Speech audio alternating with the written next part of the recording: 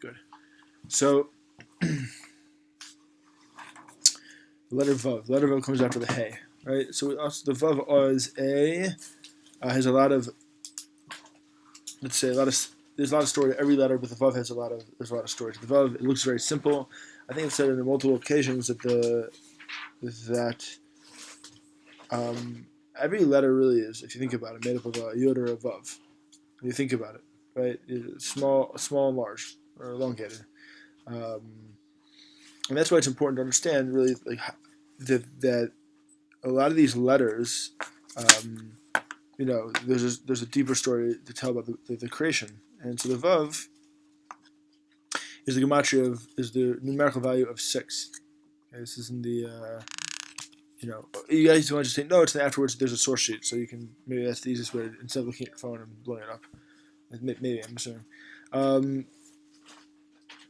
So the Vav is there's 10 main soul powers. It's called soul powers, right? We understand this from other classes, Kabbalah, and we're going to get to the Zion next week, or next time we meet. We'll talk about that afterwards. But we have the Vav itself. If you look at the Tetragrammaton, it's just the Yud, then the Hey, then the Vav, then the Hey, right? I'm not going to draw that out, but for obvious reasons, it's God's name. But that, you know what?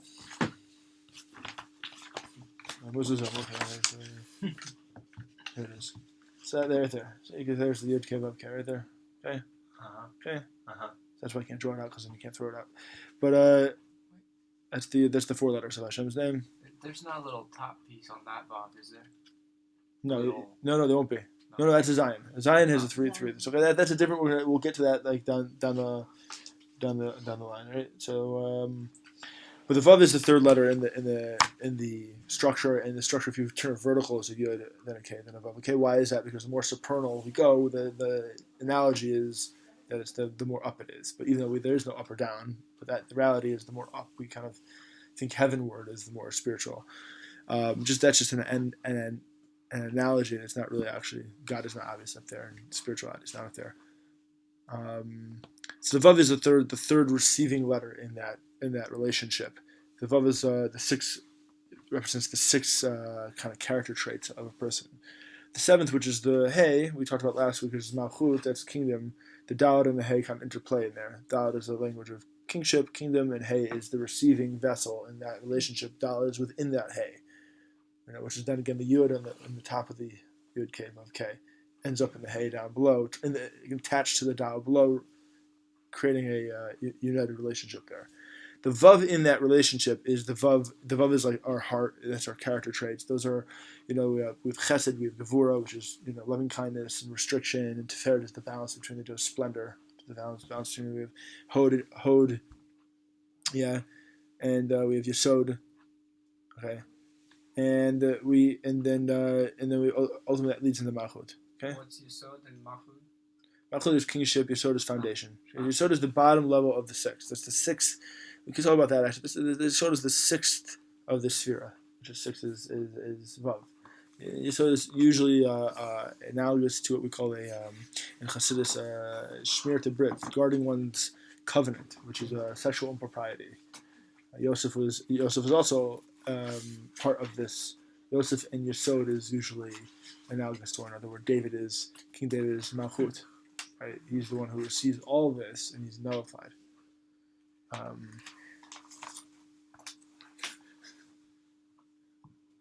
Yeah, I've seen that a lot more than this. This is my own drawing. Is it? Yes. Yeah. I just want to see. You have your own. Let me say it for a second. I just want to see I just want to see how they're. I want to see the picture of them. How they're doing it. Yeah. So good. Yeah. Hod, Netzach, Huzot. Yeah. There's the bottom 3. So the 6 here is the main character trait. So Chachma Bina Dat. We talked about that before on the 3 points of the 3 mental faculties are not necessarily considered character traits. They're tools in our brains to use for the 6 below. We can also the 6 plus the kingship on the bottom is also mirrors the 7 mitzvahs that non-Jews have to kind of hold the world together. 7 B'nai Noach mitzvot that everybody has. Not even Jews have them, right? So everybody foundationally has these mitzvot. That's analogous to the 7. We'll discuss that next time we meet on the Zion. But the vav above the malchut is found itself in Yesod. Okay, and that chart says it all kind of flows into Yesod. We use our mental faculties. We're supposed to. Our brains are really where everything's happening anyway. Right, the whole universe is in our brains. We're supposed to influence these six character traits, which then find their way into the bottom, which is malchut, which is our physical expression of our vessel. Is that good so far? Any questions? Is that okay? This is on video for people to watch again. Okay, so now we're going to bring this down a little bit and see where else Vav is sort of plays a role here. I included one Likutei Moharan on the sheet. You'll see afterwards. I did not include the other one. It's just way big to include on there, but we can discuss the concept from there later on.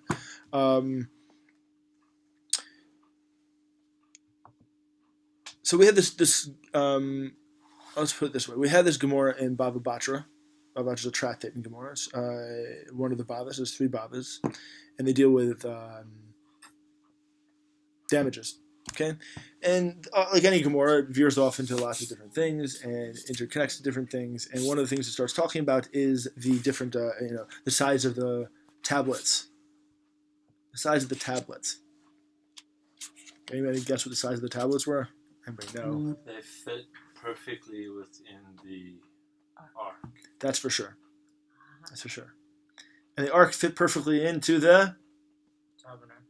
Kodesh Kodoshim, inside the Holy of Holies. It's a miracle. It doesn't make it's like time bent, physicality bent inside there. There's no physical universe there at that point in that structure, because it isn't. That's unexplainable. How in the world they build a building, they put the Ark in, but if you look it up, the space, the actual dimensions are exactly the same. How do they fit the tabernacle inside the Holy of Holies? Because time and physicality bend there. That's the gateway to the upper realms.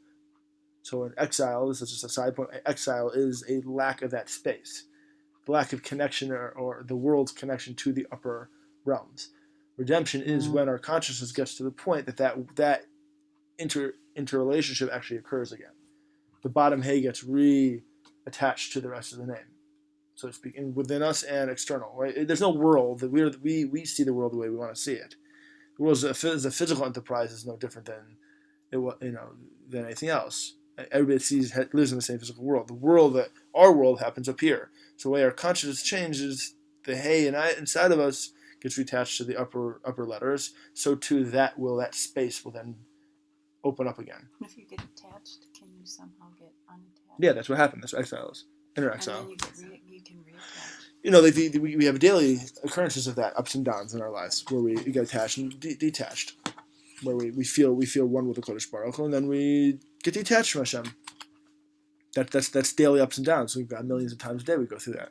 Everybody goes through that. We're all bipolar at the end of the day. No, I think I know it's a lot of way. There's people that live in that reality and exist in that reality. People that kind of just that's the way the world is. That's the way the world is. And so you reattach by, I think I can fill in the blank, but I'd rather you do it.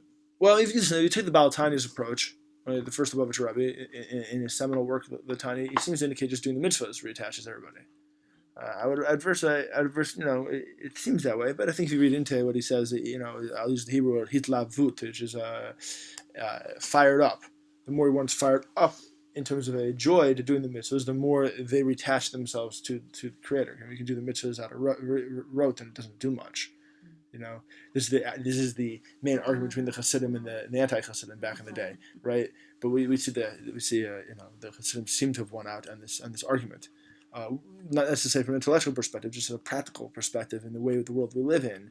The mitzvah unto themselves, although in a mystical sense you are doing something when you do them, even if you don't do them with joy, in a practical sense you don't really feel that connection unless you do something in a cognitive, conscious way. If you perform a mitzvah without the joy, all of the joy that you should have in performing the mitzvah, are you still bringing tikkun olam?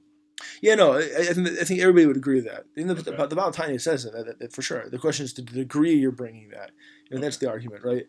It's a classic argument between Rav Chaim Volozhin and Nefesh Chaim. This is a veering off, but it's if people are interested, and the Baal Tanya. And the Chaim said, mitzvah is fine unto itself. It's great to have, what they call kavanah or mindfulness for it. But you don't need to. No big deal. Whereas the Tanya seems to put the emphasis on joy and feeling connected. That's the classic kind of debate. They're not so far off from each other, right? That's kind of would say you should do it with joy. But if you don't, you still get the credit. And the other thing says, yeah, you still get the credit, but it's like, where do you put the accent, okay? So no one's really disagreeing with one another, but that's the classic sort of approach. Two different perceptions on that. So does anybody still have any idea of what the measurements are of the tablets? Anybody? Well, it says in Baba Basha, 6 handbreadths. Oh, good. So you have it on. Yeah. She cheated. No, just kidding. Good. Very good. 6. What's 6 the gematria of? Vav. So what do the tablets look like? A vav.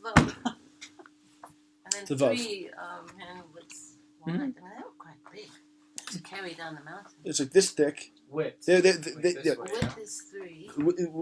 A depth. They were depth. Thick. They're thick. 3. Yeah. And they were square. That's quite big. They're square because they're 6 by 6. That's solid. It's enormous. It's huge to carry down the mountain. Yeah, Moshe Rabbeinu is. Thick guy. I don't think you have a. So that's That's the not wrong. It must verse in have been that. Deuteronomy. Is that pertain to the thing with acting it out in joy? So like fat. Yeah. And It's a very good question. Yes, that is, yeah. Yeah. And as I said, I don't know. That's not why I went to exile. Yeah. But the way you get back is by having a conscious a relationship with the infinite consciousness. I always say, listen, what if you have a tribe of people that are doing all the mitzvah because they just that's just the way of life, but they don't really have any God consciousness. I mean, do they really still get credit? I mean, probably not. One would think not. But then again, that's not what's really going on. What's going on with mitzvot are that they're tools to rectify the universe. We don't really understand see the whole picture. It's selfish to come to the point that I need to have joy in order for me to make this thing work, because we don't really understand it. We're inside the aquarium. The aquarium altogether is Hashem. We just live within. Let's just pick a very bad analogy, a dream space, so to speak. Like the place of realization is we're all fragmented. His will is fragmented within the universe, and it's just covered over. So we just see, I need joy for this. It's true, we need joy for that. But does it really mean? No, because in the larger picture, we're playing out a role. And so the mitzvot are about bringing God consciousness into it. And by the way, what is joy? Perhaps that's what it is. Perhaps joy isn't just like, woo! Maybe joy is just being reasonably okay with yourself doing these things. Feeling purposeful and connected while doing what you're doing. Yeah, that doesn't, like, a Western sense of joy is like, I don't know, a Fish concert. I don't know, I'm just thinking of my time. Like, oh, wow, hey, it's whatever it is. But, maybe not. Maybe that's we have the Torah view of joy is really a connection. Or one who is integrated in their own infinite consciousness to whatever degree they possibly can be is probably enough to have joy. So we have to always be careful of reading verses and applying what we, and that goes for all of us, by the way, not these particular people, but in applying our own kind of current sort of cultural sense to these things. I have a question. You and I were talking the other day, and you said that deep down you think all people want to have a deeper relationship with Hashem. I could have misquoted slightly, but it's roughly paraphrased what you said. That's correct. And so is it possible to really do the mitzvah without any God consciousness? Well, let's separate what. Okay, let's say you make it count, because I'm sure people can do it, but for it to actually mean anything, they have to actually have that within them. Can somebody really not have any God consciousness? I mean, you hear people that are called agnostics or whatever. Can you look around the universe and not see Hashem? You're asking me if do I believe that people aren't? I think everybody's interconnected to it. You have to be. Souls are sent down here. I'm not going to get into the different souls and what they're. It doesn't. That's not for our discussion, right? But let's just say, in general, idea the soul is sent down here into the depths of the world, and as it gets sent down here, it gets covered up by all this layers of lack of God perception. The world itself doesn't look like there's God in it. It looks like it's 6 billion years old. I'll use an example. So I'll use a diverge a little bit to answer your question. They found a mask near my community, down by, I don't know if you saw this, or the 9,000 years old. That literally was outside the fence of our yeshiva. The rabbi's son is the one who found it, and whatever.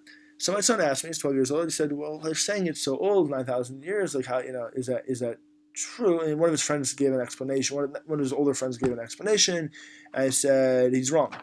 So I explained, I said, here's my take on it. I gave him my take. I said, listen, Adam and Eve, the world appeared to be six days old. I said, whatever that means, God's years, whatever that appears, and that was the way the world was. But God created an alternate reality that just in case they messed up, they would be dumped into. And that alternate reality appears to be that there is no God, that everything's billions of years old, and that's the reality that they're thrown into. And there's no point in arguing any other way.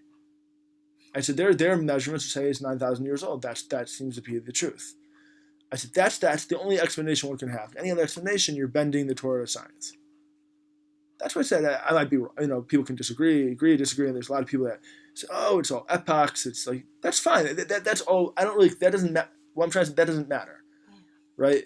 So, but the world is I think the world looks like God created the alternate universe to look like there is no God. Like he forced us to try to actually have to see God himself in the universe. Because that's the free choice. Or you'd have no free choice that would repair the sin that was created and that caused the whole problem in the first place. And everybody's on their own trip. So some people, right, think they're atheists because their soul is dumped into a situation that's the way they perceive the universe.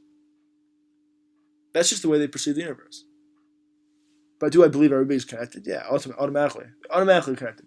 And desires a deep connection with their soul desires to get back to the Creator. Yeah. To long for the moment where it could be reunited with the Creator. Their consciousness may not. Their conscious selves, no. Right. Their subconscious selves, yes. Okay, good. You're talking last time about the yud, the missing yud that everybody is yearning to reconnect. Everybody's with yearning. that.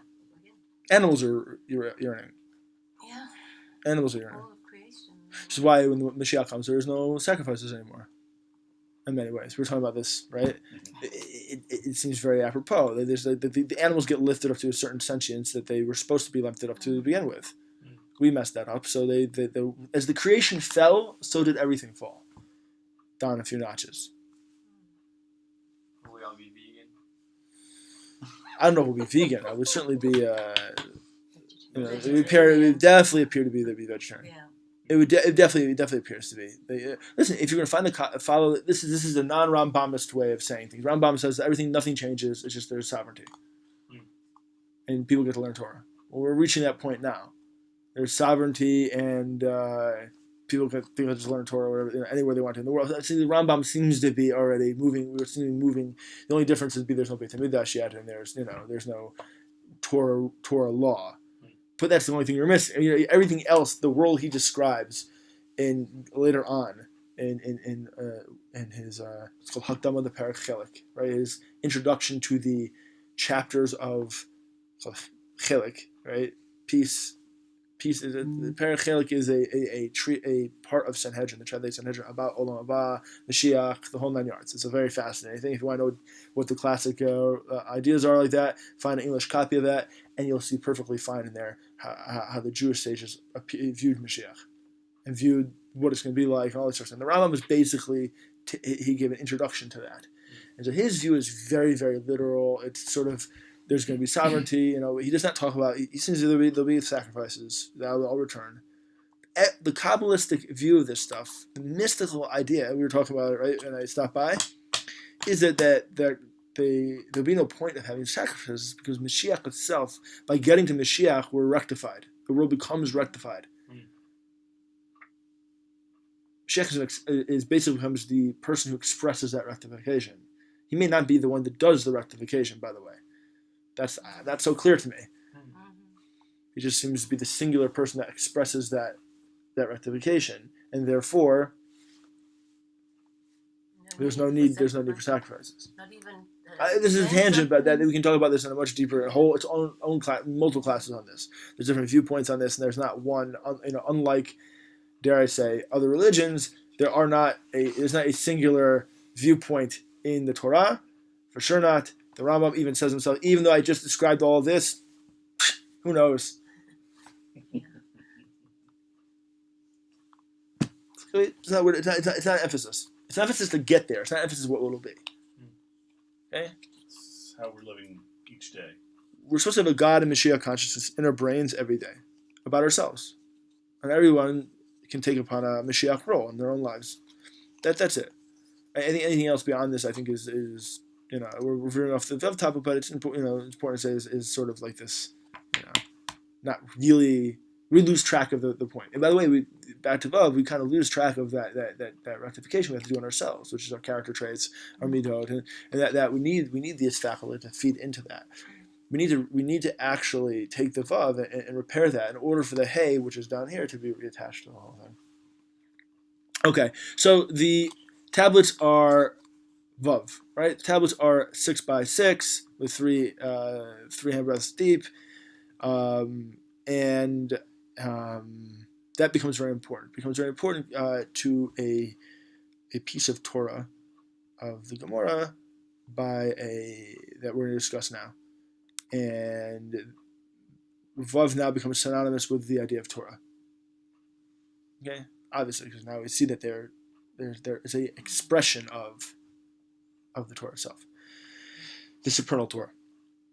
So, Likutei Moharan is the magnus opus of Rabbi Nachman, okay, and the first half was printed right before he died prematurely by his chief student, Rabbi Nathan of Breslov, and the second half was printed afterwards. So, and he still looked over many of those lessons and gave an okay to do it, even though it was printed afterwards. He died at 38. We understand he's buried in Uman. Right now is a paradigm shifting Jewish leader, and his influence is now being felt pretty much worldwide at this point, 200 years after he died, which is part of what he said. But I'm not going to get into that. That's why we can have a whole class, multiple classes on Rabbi Nachman, whether Jewish or non-Jewish, is no problem. But that's a separate thing. So, but it is astonishing that 200 years after someone dies, that all the predictions they said came true, and he's having an exponential effect on everybody. I'm not the only one saying that. That's pretty relatively obvious. 60,000 years, 60,000 people, no, 70,000 people go to his grave every year for Rosh Hashanah. And it doesn't make any sense unless you're, it forces you to think non-rationally about it, because that doesn't make much sense. But that's a side point. I want to put it out there. This is the first lesson of Likutei Moharan. I'm jumping ahead. I'm not going to go through the whole lesson, but he brings Gemaras in, pieces of the Talmud in by first 18 lessons by what I say with an Amora?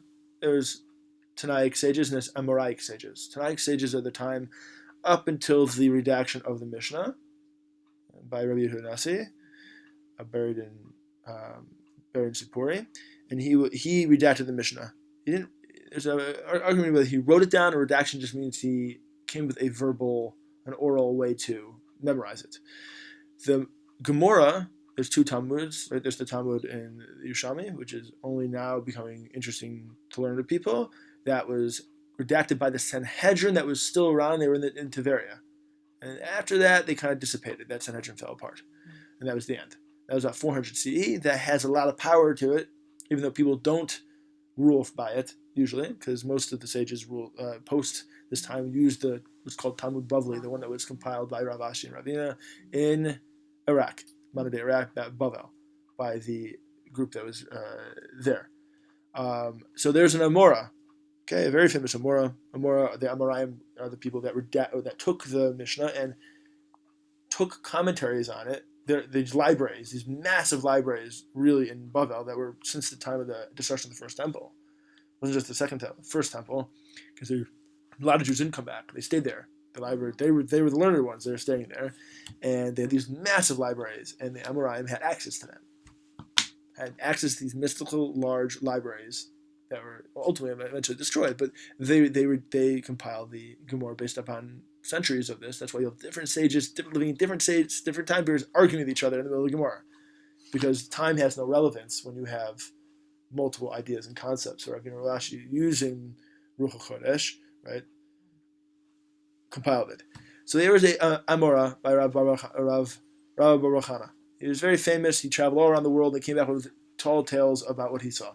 These tall tales are true to a certain degree in the sense of what he saw and his perception, right? But they're true on a very deep level because he's trying to relay an idea to us that the way he saw things, and they are very deep. The Vilna Gaon had his own explanation of these, but Rabbi Nachman said that he was gifted to understand these, and his first 18 or so lessons are built around them, and at the end of the lesson, or usually sometimes in the beginning, he actually explains the Rabbi Baruch Hana, and usually his larger lesson is almost like intellectually built around it. So this is on the sheet you'll either see afterwards or looking at now. I took the 9th, 10th, and 11th paragraph, the last three, because this is the first, the 9th and 10th is where he talks about Rabbi Baruch Hana's particular piece, and they're all in Bab Batra. Okay, this is once again a tractate, the same tractate that talks about the hand breaths. Later on in that is a list of Rabbi Baruch Hana stories, wild stories. Okay, so here he says it here, and this is the explanation that which Rabbi Baruch Hana said, that wave that sinks a ship appears with a Tzutzita denura, chivarta, is Aramaic, fringe of white fire at its crest. He's on a ship, he's like, maybe he's in the Persian Gulf, or he's out in the world, and he sees this wave, and there's a fire on the top of the wave, and it's going to come sink the ship. And they strike, and he sees the people, they strike this wave with a staff, with clubs on it, which is engraven. What is engraved on these clubs? Ekia, Asher Ekia. That's Hashem, one of Hashem's names. I will be the one that I'll be. That's the famous verse he tells Moshe Rabbeinu. I'll be what I'll be. That's just engraved on the thing. So the Rashbam, he quotes the Rashbam, a white fringe of fire. This is the explanation. This is a simple explanation. A white fringe of fire is crest. A white fire is an angel of harm. That's why Baruch Hana is very scared. The angel of harm is coming to attack this ship. So now Rabbi Nachman is going to give a perush, an explanation of this. And now we're going to get into Vav, okay? You can see where I'm coming already. The idea of hitting with a staff, right? Destroys the white fire. But let's see what Rabbi Nachman says. The wave is the evil inclination. It's a hara that sinks a sfina, ship. What is the ship? It's grace and importance. Now this whole, without getting into going back to the actual other parts of this lesson, grace is chen. Grace is a very bad translation of chen, but there's no better translation if you want to directly translate it. Chen is a chet and a nun. That's we should all try to have chen like Yosef. That's the idea.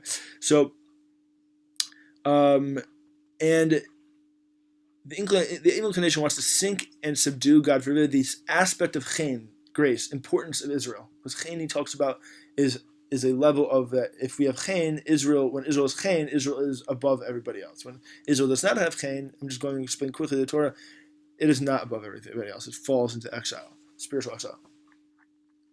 And it appears it's called the kingdom of holiness, right? So when Israel loses its kingdom of holiness, or falls into exile, that's when the wave has succeeded. The wave has succeeded in knocking out Israel. His chen, taking away the chen. And it appears with a white fringe of fire at its crest. What is he talking? What's his explanation? For initially the evil inclination clothes itself in mitzvot and misleads the man as if urging him to do a mitzvah. He comes by way of, hey, let's do this mitzvah.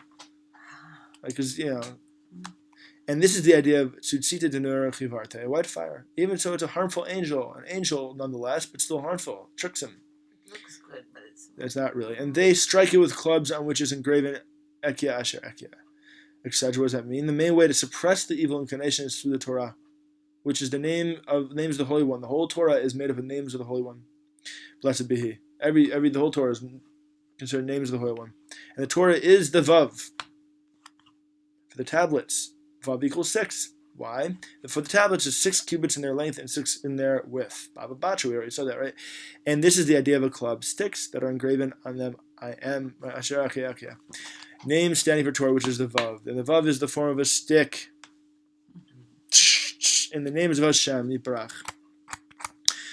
That the Torah of holiness suppresses the evil inclination, which wants to make a man really insane. The evil inclination, you'd have to be crazy not to serve Hashem, right? We're all naturally interconnected with Kodesh Baruch Hu, as we were talking about before. The divine relationship is natural within us, but we come to this world which is in a level of exile right now.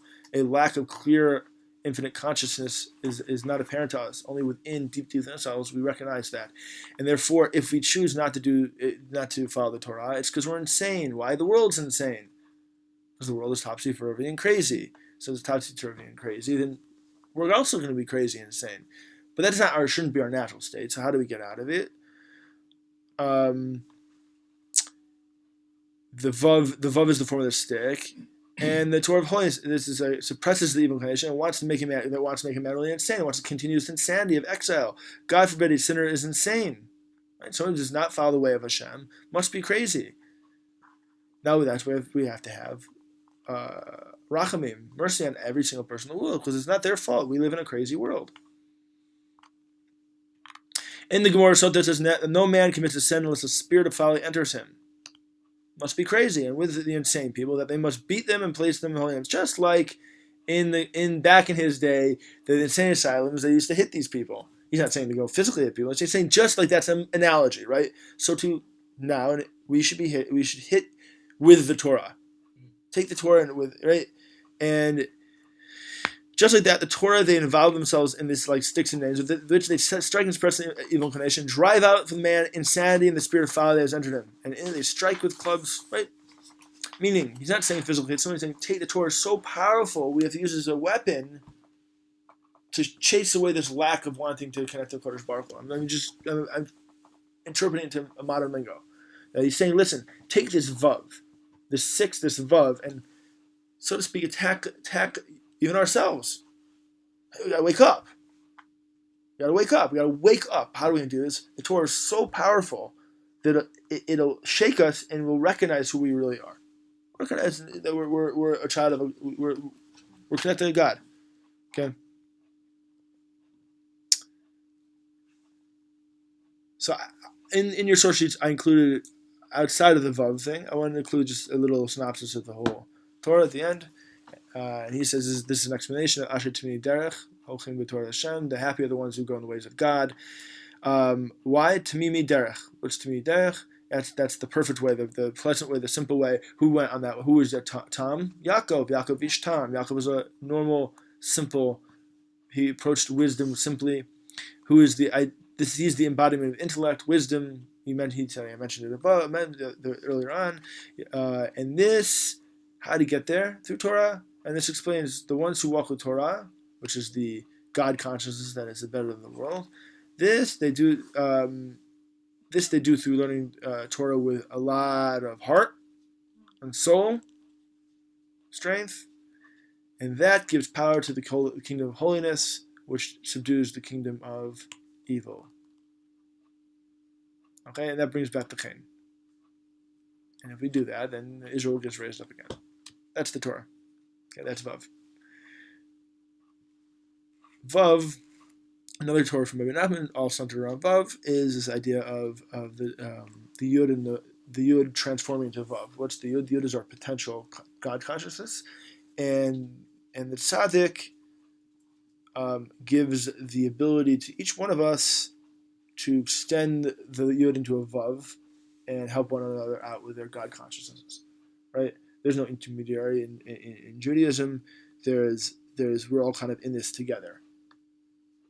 So each one of us is working as a giant community, global community, to raise each other up to a relationship with God.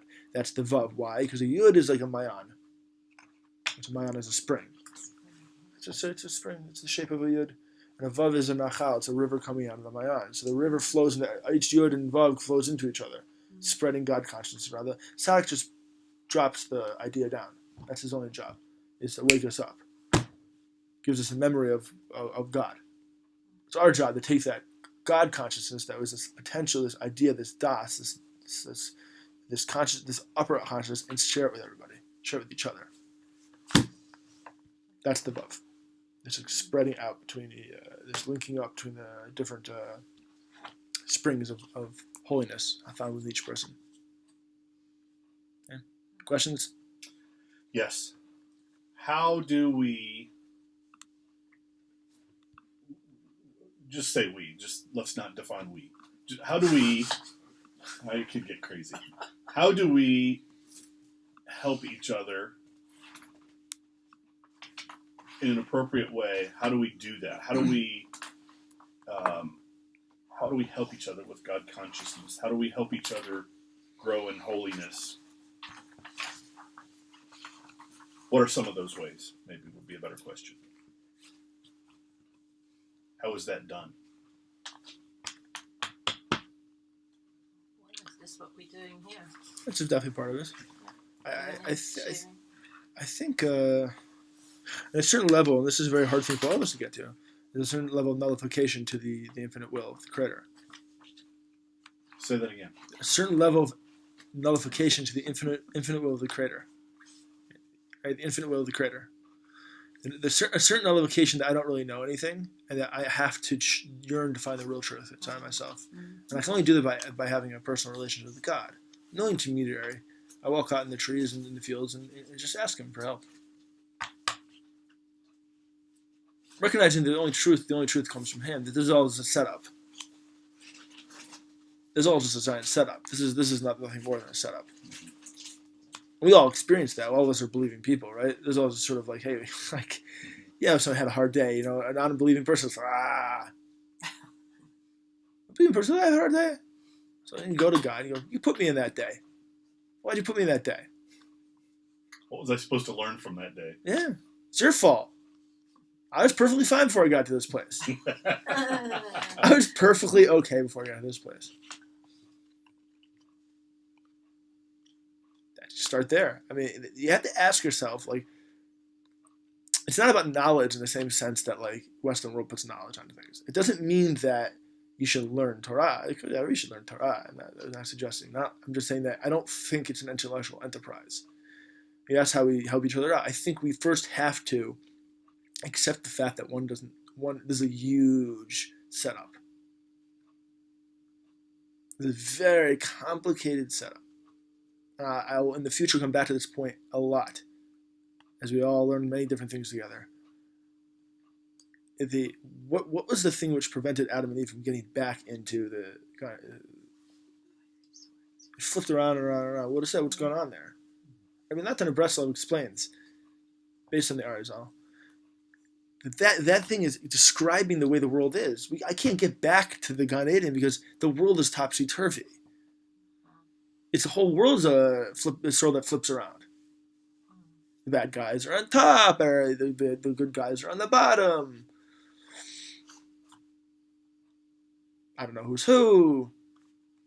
Oh, this day is this and that. The whole world's like that. And everybody has that. The only difference is some people understand that, and some people don't understand that. And it's the famous story of Rabbi Nachman. It's one of the shortest stories in the world. He has 13 main parables, but this one is not part of the 13 main parables. It's the story of the bad wheat. And this is my view of what's going on in America now. I think it's just bad wheat. What does it mean? The whole kingdom ate this bad wheat. The wheat went moldy, and everybody eats, and they go crazy. They go insane. And the king and the viceroy had their own special royal wheat, and they don't go insane, but no one believes who they are. They all think they're, everybody's going crazy, and they don't know anything. You're the crazy ones. And the king and the viceroy, we have no clue what they're talking about. They're gibberish to each other. They understand each other. We don't understand them. They don't understand us. And what do we do? And they say, let's eat the wheat. Let's eat the bad wheat. Oh, what do we do? You're insane like there. No, the difference is we'll put an X on our heads, and when we look in the mirror, we'll remember that we're insane. And that'll be the difference. That's the world's crazy. And the only we just have to be big enough to help each other out to realize that it's crazy. That's how we. Is it getting crazier? No, it's always been crazy. Just recognizing it. That's all. It's always been wacky. It's always been wacky. Well, what's going on now is it's playing out in a faster, more. As Mashiach comes closer, it's a faster, more comprehensive way. You can't keep. I always say this, this idea that Torah is about ethical monotheism, right? It just. This video is only being shared, obviously, people who are buying into this, but But I just don't. That's just not what it is. And so, the idea of ethical monotheism is the idea that Western values are based upon some sort of Judeo-Christian principle. I'm going very deep here, right? You're asking, but that's the reality. And that has to go away. And the only way that goes away is that is proven to be a false notion. It's proven to be a false notion. That you can't have both. You can't have a reality that's based upon total freedom and yet have some sort of like base that on some sort of Judaic principle. That has to go away. And that the only way that goes away is it's shown to lead towards this insanity. That's what I think is going on right now. I think we're just speeding up the process of that insanity. Okay? Well, that's. So I'll give a. But the insanity, we just talked about insanity, right? How do we get the world out of that? We ourselves, first of all, have to be very, very, very nullify ourselves to luchot, to the tablets, to the Torah. And when we're doing that and be objective by doing that, that's very hard for everybody, Jew and non-Jew alike. It's not a who's who thing. It's very hard for everybody to do. Nullify us to the higher supernal will of the Creator, and when we can do that, then these vavs that we're trying, then we can just naturally, organically want to help each other out. I don't think it's a process that we choose to do, so to speak. God will put people in the right situations when they're supposed to.